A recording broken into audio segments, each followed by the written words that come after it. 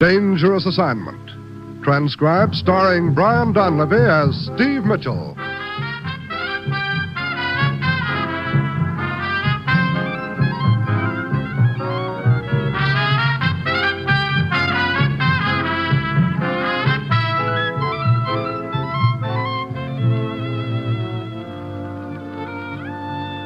Yeah, danger is my assignment. I get sent to a lot of places I can't even pronounce. They all spell the same thing, though, trouble. But when I walk into the commissioner's office, I don't realize that this assignment's going to teach me never to ask to see a knife in a shop window.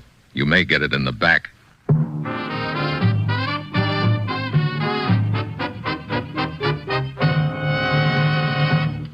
Morning, Commissioner. You sent for me? Steve, it looks like we've been put on the hook again. There was an attempt made in Cairo last night on the life of a prominent Egyptian political figure. Oh, how do we fit into the picture? The would-be assassin was described as an American. The word is being spread around that he was one of our agents. What? Now, look. Sure, another frame-up, Steve. The third incident in as many weeks. And the reason? We've been holding talks with the Egyptian and other Near East governments, trying to set up a program of closer cooperation. Certain interests are definitely hostile to the idea. So someone is trying to sabotage those talks by stirring up public opinion against the U.S., huh? Right. The target for the assassin's bullet was Ahmed Tali. He's been opposed to the talks from the start. Now, with this attempt on his life, someone's made it look like we wanted to get him out of the way. Look, Commissioner, do we have any lead on this so-called American agent? Yes, a shopkeeper in Cairo named Falud says he has certain information to give us if we're interested. You've a rendezvous with this Falud tomorrow afternoon at the Akmim marketplace in Cairo.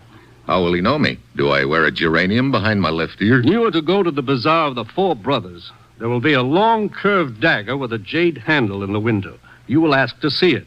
Get over there, Steve. Find out what you can from this shopkeeper and get to the man who's trying to sabotage our talks with the Egyptian government. Well, that's it. You've got your assignment. Good luck.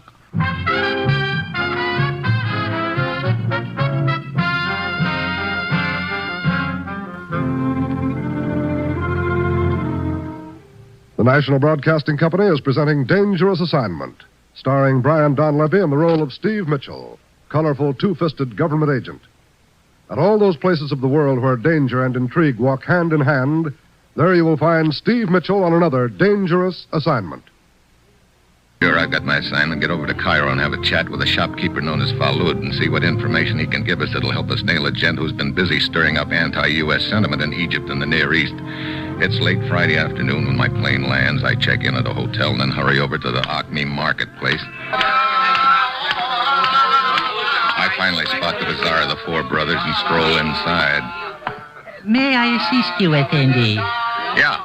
I'd like to see that dagger in the window, the one with the jade handle. Ah, an excellent piece. A work of art, attendee. Do you collect jade? Among other things. The finest pieces of jade in all Cairo are to be found in this shop. Someone recommend you, perhaps? Yeah, a friend asked me to drop in and have a look at the dagger. His name is Falud. Do you know him? Ah, yes. And your name, attendee? Steve Mitchell. You're Falud? Yes. You have some information. What do you want for it? Nothing for myself. I seek help for my son. He is in trouble and in hiding. What sort of trouble? With the police, falsely accused, attendee, of smuggling diamonds. Look, you know we don't interfere in local affairs. I only ask that after you have heard the facts, you will then make up your mind. Refuse to help if you must, but promise you will hear the story. Well, I guess that's fair enough. I'll promise that, but nothing else. While my son was at the university, he became involved with a certain political movement, one not of my liking. He has long since left the group, but during the time he was associated with it, he met many people. A few were agents of a foreign power. Go on.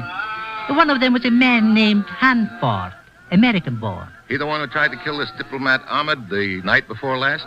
We are certain of it. My son and I were in the neighborhood at the time. We heard the shots. Saw this man running from the house, number 37, Sharia Ishab. Your son recognized him? Yes, the man Hanford fits the description of the would-be killer given by Davin San. And just who is this Davin San? Once a member of parliament, now retired, but still an influential man. It was in his home that the attempted assassination took place. I gather that his political thinking is the same as this victim, Ahmed, anti-U.S., huh? No. Exactly opposite. Davin San has long been a friend of your country. He has been seeking to unite the political parties in an effort to work in close cooperation with your government. That is why he called a meeting at his home. I see. My son learned that the assassin Hanford has gone to Alexandria. He's in Alexandria now? Yes. I will take you there. When? A train leaves in 2 hours. Where are you staying? St. George Hotel. I will call for you.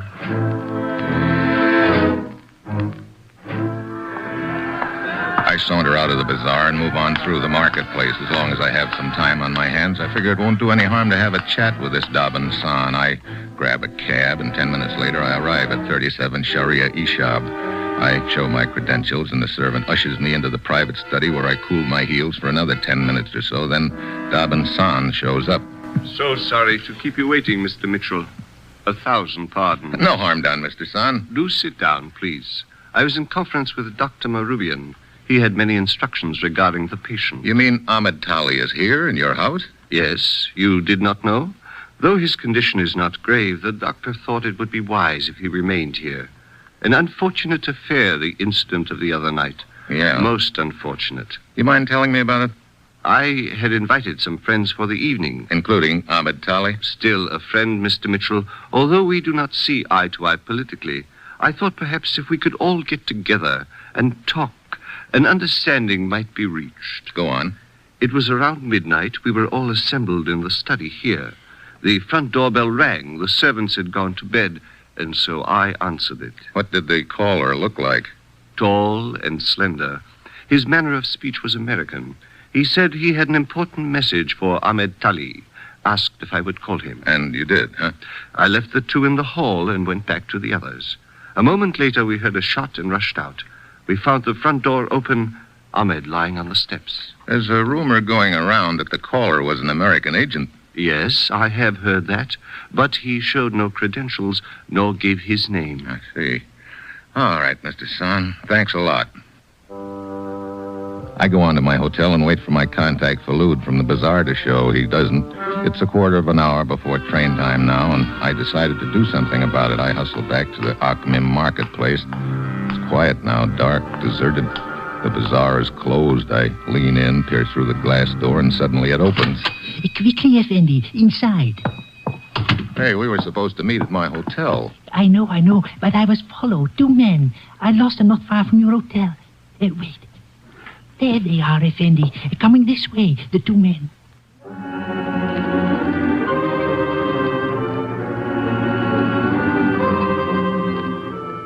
We duck out through the other door, half a dozen alleys, and a change of cabs later, we wind up at the railroad station. We grab the train to Alexandria, a 2-hour ride. As the train pulls into the Alexandria depot, I hop off first. I beg your pardon, Mr. Mitchell? What? Yeah, I'm Mitchell. I am Lieutenant Nava, Alexandria Police.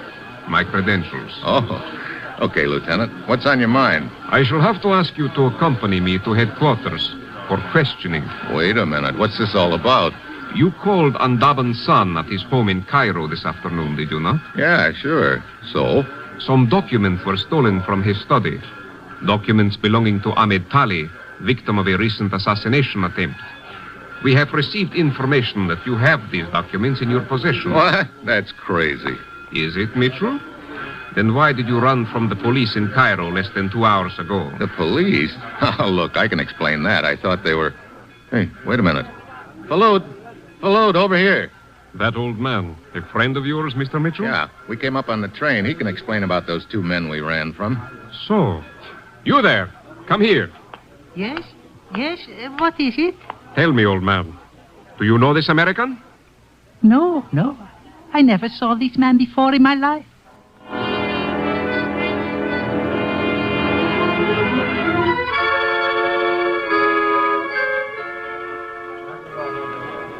Well, there it is. Suddenly everything falls into place nice and neat-like. Yeah, just as I expected. There's an envelope in my overcoat pocket, and I didn't put it there. Another first-class frame, and I'm in the middle of it. Waiting in the street outside the depot are half a dozen newspaper men. Keen. This is going to get quite a spread. The lieutenant waves them off, and we start for the police car parked close by. Just then, another car whips around the corner, and I spot a gun in the window just in time. I duck. I don't stick around to find out what happened.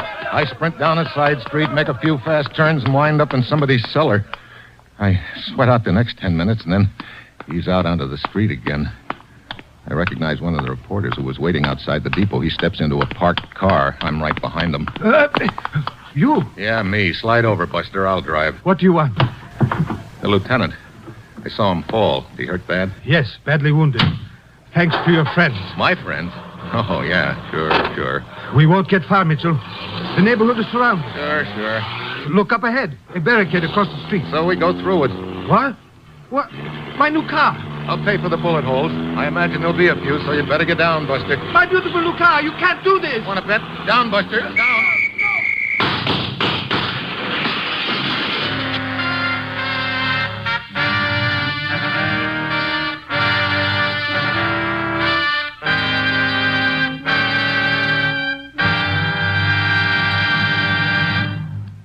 Steve Mitchell will continue his dangerous assignment in just a moment. Now back to Dangerous Assignment and Brian Donlevy as Steve Mitchell.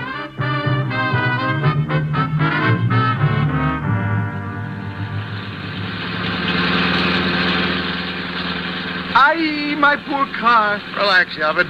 Only one bullet landed, and that went right on through the front windshield. That is the trouble. It shot off the foxtail on my radiator. What a bitter blow. You'd think they might at least have yelled tally-ho. What are you going to do now? For one thing, I'm going to get to the bottom of this thing. Now, start talking and tell me where you boys on the newspapers got your tip.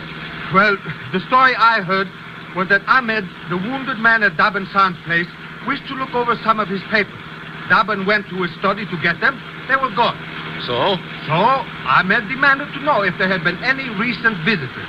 Daban was forced to admit that you had been there shortly before. Ahmed called the police. I see. The police started looking for you to question you. Then came another tip that you could be found at the bazaar. My old pal Falud. The police arrived there in time to see you run away. They lost you. Then, an hour ago, the captain of a fishing boat at Rabes, a village up the coast, read in the evening paper of the incident. He reported to the local police that he had been hired to take a man named Mitchell out of the country. What was the skipper's name? Alex Rogan. You deny all this. Of course I do. But that attempted rescue was wounded Lieutenant Nava. That was no attempted rescue. They were just trying to kill me so the papers would be found on my body. But they missed. That means they'll try to get on my trail again. If I could only get my hands on that skinny neck of Falud's, I could find out from him who's behind it. Oh, I do not think you will get the chance. See up ahead? Another roadblock. Oh, great. Looks like this is the end of the line. I jam on the brakes, get to a stop, and jump out of the car. Stop! Stop where you are! The chase is on. I duck down an alley and crisscross back and forth along a few assorted side streets. Finally, I reach the marketplace and find a place to hide. Real aromatic, too. I'm the third goat from the end of the small corral, and very fitting because right now it looks like I'm really the goat in this deal. Then I get an idea. If I can't get to Falud, maybe I can get some information out of that fishing boat captain who was supposed to have been hired to get me out of the country, but I've got to move fast. I take off cross country to the fishing village of Rave. Just on the outskirts, I spot a familiar sight, a guy in a car. Hello. What took you so long? What are you doing here, Yavid? Waiting for you. What? Yes, I thought you would probably remember the captain of the fishing boat and try to reach him. Well, you finally got it through your head that I'm innocent. Not necessarily. But, innocent or guilty, I am a reporter. You need transportation, I need a story. So? So, it's a deal. Let's go. In the village, we head to the waterfront. There's only one bar there, so we figure that's the logical spot for information. We drift in. It's a typical dive, crowded mostly with sailors. Behind the cash register sits a sultry-looking gal who apparently owns the joint. I can see her watching us out of the corner of her eye. Pretty soon she eases over. Hello. Hi. You are a long way from home. Yeah. What brings you here? I'm looking for someone. Oh? His name is Alex Roga. He is captain of a fishing boat. Alex Roga? Ever hear of him? Not that I remember. I figured you'd know just about everybody on the waterfront. A lot of men drift in here. I can't keep track of all of them. I guess not. Well, Yavid, guess we'll have to look elsewhere. Too bad with the money we've got for Alex and whoever locates him for us. Now, come on. Just a minute. Yeah? I will remember the name. He might come in here sometime. You see, He reported he'd been hired to take somebody out of the country. We want the whole story from him, and we're willing to pay for it. So if he should come in, you might tell him that, huh? Maybe you had better tell him. What? The black boat at the end of the wharf. You will find Alex on board.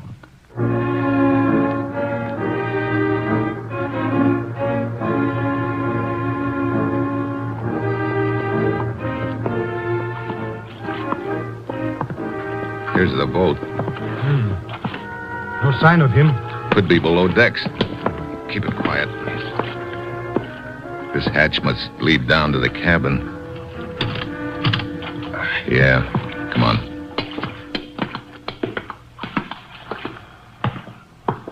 There he is. Yeah. What do you want? Alex Roga, Who are you? you've been expecting me. What do you mean? I'm the man who's supposed to have hired you to take me out of the country. Mitchell! I'll take that gun. Let go! Let go of that gun or I'll break your wrist. There. What do you want? The name of the guy who hired you to say what you did. I don't know. Look, I'm in no mood for polite conversation. If I have to play rough to find out, I will. Who hired you? I don't know. Steve, you can't just stop on the pier. Your pals, huh, Alex? Okay, we're leaving. Move. I heard Alex up the ladder at the point of the gun. We slip around the other side of the cabin. We can hear two men climbing aboard. We wait until they go down the ladder. Then we jump onto the pier and head down it. There they go! They've spotted us. We turn a corner and I duck into a warehouse with Alex, but Yavid keeps on running. I can hear them pound after him. Suddenly Alex grabs at my gun. I give him a fist. I figure that'll keep him quiet a few minutes, so I ease outside and try to find Yavid to help him out of trouble, but he's nowhere around. I spend 10 minutes looking, then I figure I'd better get back to the warehouse before Alex comes to. I walk inside, and suddenly I'm staring down the barrel of a gun. At last, Mitchell. Who are you? Sergeant Boucard, the police. I've been chasing you since the last roadblock. You no doubt came back to make certain the fishing boat captain was dead. Dead? Alex? Look, I only put him out for a few minutes. As you will see over there, he does not give the appearance of being out for only a few minutes. Hey, a knife in his back. Exactly. They must have doubled back and knifed him while I was looking for Yavid. Oh, brother. I'm really batting 1,000. My last lead gone. Steve? Steve? Wait, who's that? Let's find out. Let go of my gun. Too late. Mitchell, I warn you, it will go worse than ever for you now. Steve? Holding a gun on a policeman? Hello, Yavid. Look, fellas, this isn't my idea, the best way to play it, but right now I don't have time to go through channels. Yavid, that babe Sarita in the bar is obviously in with the organization. So it would appear. She must have sent the men in the car after us. You get a look at them? No. Okay.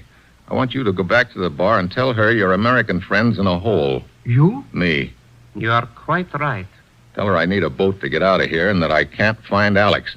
Ask if she can fix me up. Then what? Then the sergeant here and I wait to see what happens.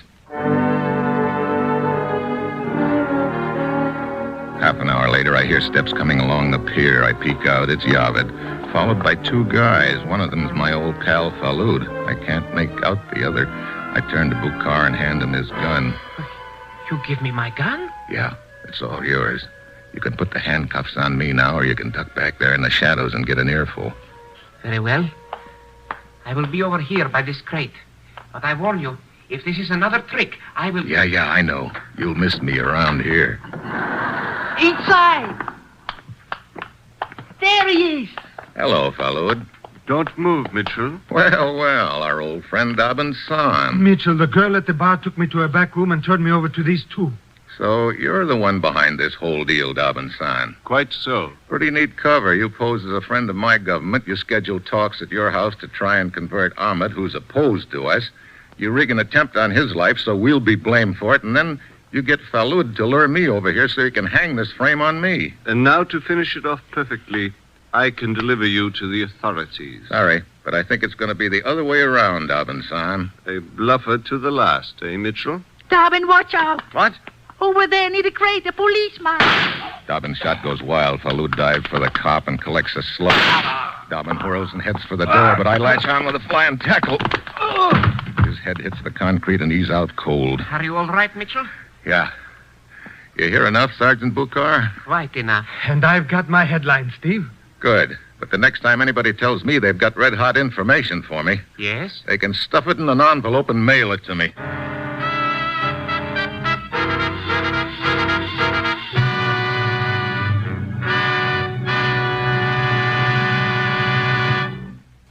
Our star, Brian Donlevy, returns in just a moment. Next week, Germany. A chase. The guy in front, the guy behind, and me. In the middle again. And that will be Steve Mitchell's dangerous assignment next week.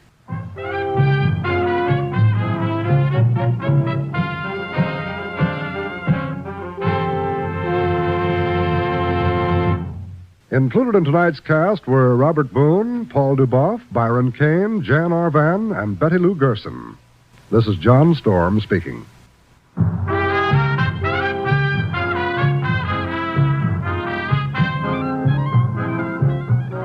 Dangerous Assignment, starring Brian Donlevy as Steve Mitchell with Herb Butterfield as the commissioner, is written by Bob Reif and Adrian Jandot and is directed by Bill Karn. Be with us again next week at this time when Brian Donlevy, starring in the role of Steve Mitchell, will embark on another transcribed Dangerous Assignment.